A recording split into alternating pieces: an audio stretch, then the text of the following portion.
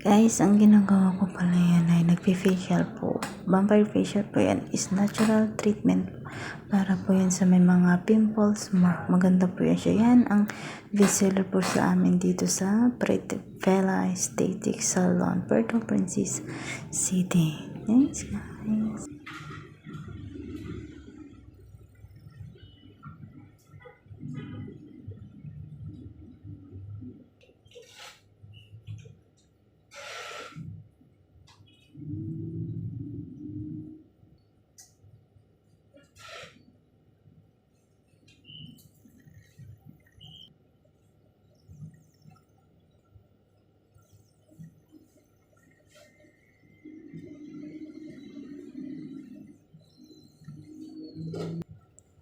Ayan, sinabayan ko muna ng sayaw para makaka-relax po. Sobrang pagod na dyan.